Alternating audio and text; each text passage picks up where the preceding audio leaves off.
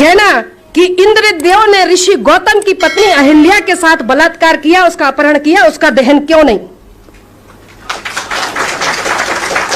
राजा पांडु ने माद्री के साथ बलात्कार किया, उसका दहन क्यों नहीं? ऋषि पाराशर ने केवट की बेटी सत्यवती को भगा करके ले गया और उसका बलात्कार किया, उसका दहन क्यों नहीं?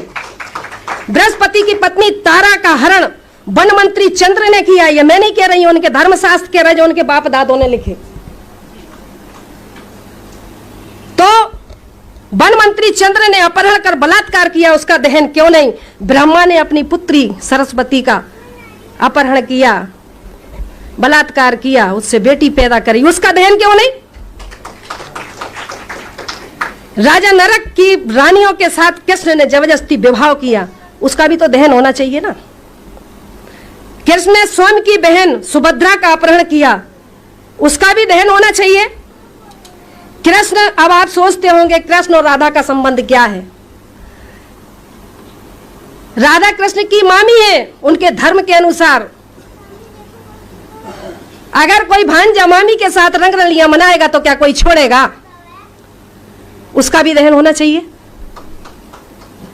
इसी तरह भीष्म पितामह, महाभारत में भीष्म पिता ने अंबालिका का अपहरण किया, तीन लड़कियों का अपहरण किया, अंबालिका, उनका भी उसका भी दहन करो। रावण का दहन करेंगे क्योंकि वो अनार था, वो हमारा मूल निवासी राजा था, उसको कहते हैं ब्राह्मण है।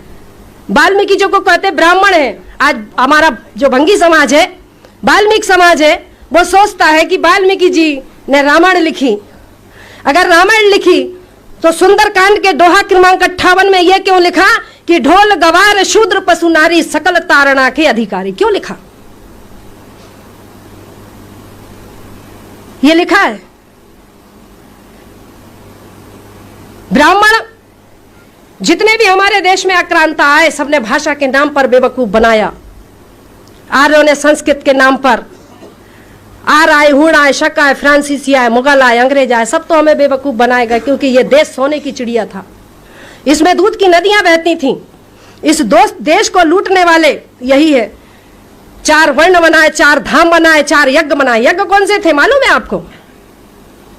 यज्ञों के नाम पर नर बलि दी जाती थी, यज्ञों के नाम पर पशु बलि दी जाती थी, यज्ञों के नाम पर गौ की बलि दी जाती थी। वो उन्होंने नर बलि, गौ बलि, अश्व बलि, राम ने किया ना अश्वमेघ यज्ञ, सुना है ना? अश्वमेघ यज्ञ, नर बलि, पशु बलि, अश्व बलि और कन्या बलि, ये बलियां दी जाती थी।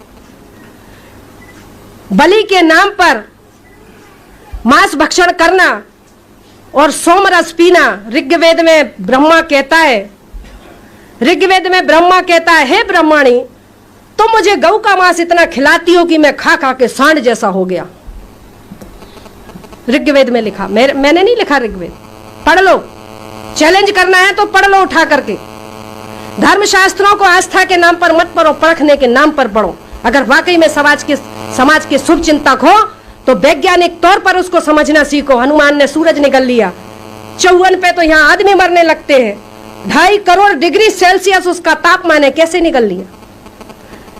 सूर्य का जो व्यास है पृथ्वी से 13 लाख गुना बड़ा है, कैसे निगल लिया?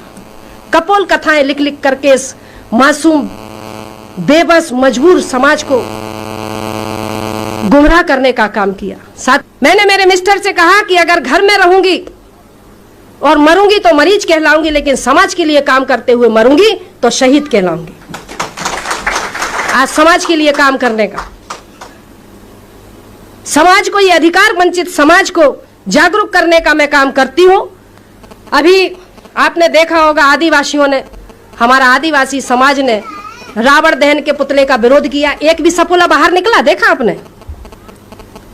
चुटैया वाला निकला बाहर? नहीं निकला। रावण का दहन क्यों?